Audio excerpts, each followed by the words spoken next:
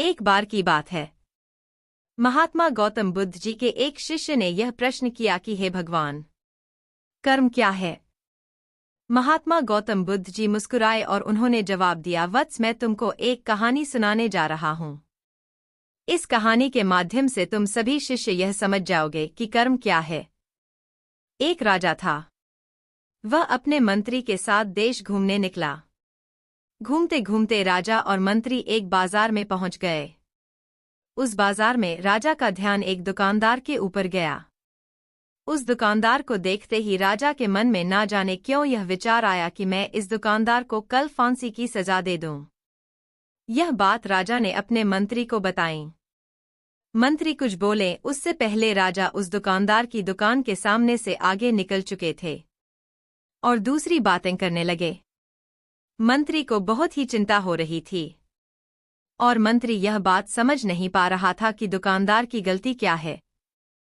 दुकानदार से बिना कुछ बात किए, बिना कुछ सोचे समझे, महाराज ऐसा फैसला लेने के बारे में क्यों सोच रहे हैं?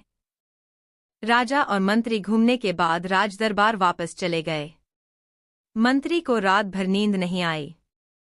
सुबह जगने के बाद मंत्री एक साधारण व्यक्ति का रूप बनाकर उस दुकानदार के पास गया और उस दुकानदार से पूछा, तुम क्या बेचते हो? दुकानदार ने जवाब दिया, मैं चंदन की लकड़ी बेचता हूँ। फिर मंत्री आसपास के लोगों से दुकानदार के बारे में पूछना शुरू किया। सब ने जवाब दिया कि दुकानदार किसी से बोलता नहीं है, हमेशा दुखी रहता है। मंत्री को बात समझ में आ गई। मंत्री फिर वापस दुकानदार के पास गया और उस दुकानदार से पूछा, तुम दुखी क्यों रहते हो?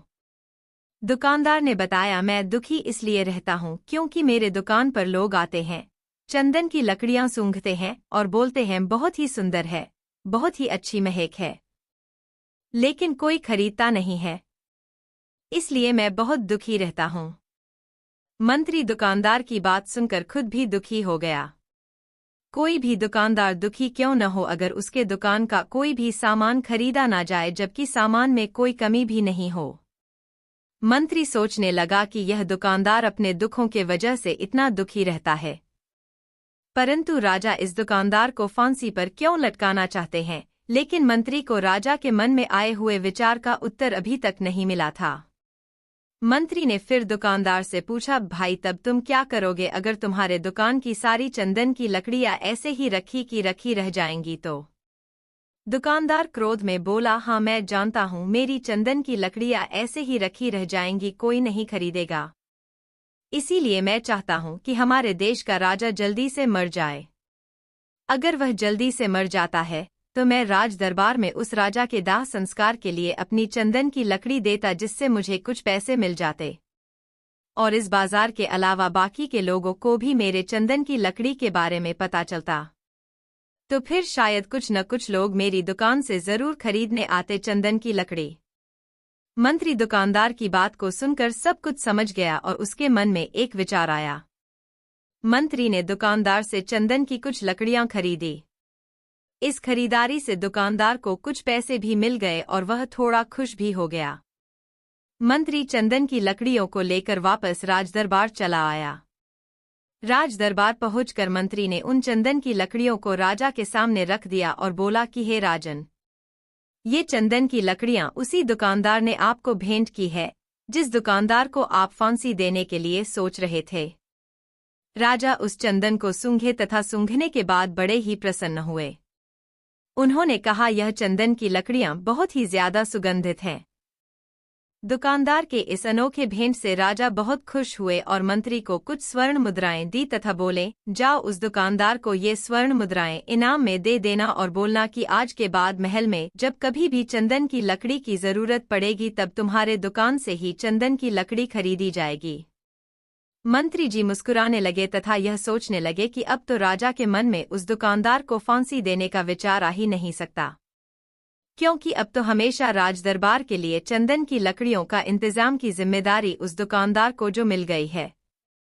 मंत्री स्वर्ण मुद्राओं को लेकर वापस दुकानदार के तरफ चल दिया। इधर राजा इस विचार में पड़ गए कि वह दुकानदार तो बड़ा ही अच्छा इंसान है। जिस वक्त मैं उसके बारे में यह सोच रहा था कि मैं इसको कल फांसी दे दूंगा, तब शायद उसके मन में उस समय यह विचार चल रहा था कि राजन पहली बार मेरे दुकान के सामने आए हैं, क्यों न मैं उनको अपनी सुंदर और सुगंधित लकड़ियों को भेंट करूं, और आज उसने मुझे भेंट भी किया। बिना वजह के ही मैं उसको फांसी देने के बारे में सोच रहा था। इधर मंत्री दुकानदार के पास पहुंच गया। मंत्री ने राजा के द्वारा दी गई स्वर्ण मुद्राओं को दुकानदार को देते हुए कहा कि जिन चंदन की लकड़ी को कल मैं खरीद कर लेकर गया था, उन चंदन की लकड़ियों को राजा ने बहुत पसंद किया और इनाम के तौर पर तुमको यह कुछ स्वर्ण मुद्राएं दिए हैं। दुकानदार बहुत ही खुश होने लगा। साथ ही साथ मंत्री ने उस दुकानदार को यह भी बताया कि अब आज के बाद राज दरबार में जब कभी भी चंदन की लकड़ियों की जरूरत पड़ेगी तो सारी चंदन की लकड़ियां तुम्हारी दुकान से ही ली जाएगी। दुकानदार मंत्री की बात सुनकर बहुत ही खुश हो गया। मंत्री ने दुकानदार से पूछा, क्यों भाई, तुम तो राजा के बारे में इतना बुरा भला सोचते थे, लेकिन राजा देखो तुम्हारी कितना चिंता करते हैं। राजा कितने अच्छे हैं।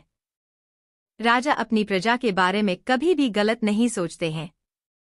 दुकानदार मंत्री की बात से सहमत हो गया और बहुत दुखी हुआ। दुकानदार मंत्री से बोला, मैं कितना गलत सोचता था महाराज के बारे में। महाराज तो बड़े ही अच्छे हैं, बड़े ही भले राजा हैं। भगवान करे कि महाराज की बहुत ही लंबी उम्र हो। यह बात सुनकर मंत्री भी बहुत खुश हुआ। फिर मंत्री वहां से वापस राजदरबार चला गया और यहीं पर महात्मा गौतम बुद्ध जी ने इस कहानी को समाप्त कर दिया। फिर अपने शिष्यों से उन्होंने पूछा कि अब बताओ कि कर्म क्या है। किसी शिष्य ने कहा कर्म बोले हुए शब्द है। किसी शिष्य ने कहा कर्म वाणी है। तो किसी ने कहा कर्म सोच है।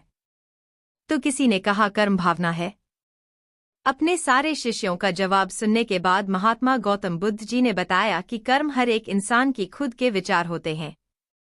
हमारे विचार जैसे रहेंगे हम वैसे ही कर्म करेंगे और उन्हीं विचारों के द्वारा की हुई कर्म हमारे सुख और दुख के लिए जिम्मेदार होंगे। इसका अर्थ है हमारे विचार अगर गलत है तो हमारे द्वारा किए गए कर्म भी गलत होंगे तथा इसका फल भी गलत निकलेगा, फलस्वरूप हम दुखी रहेंगे। अगर हमारे विचार सही रहेंगे तो हम सही कर्म करेंगे तो फिर सही फल मिलेगा, जिससे हम सुखी रहेंगे।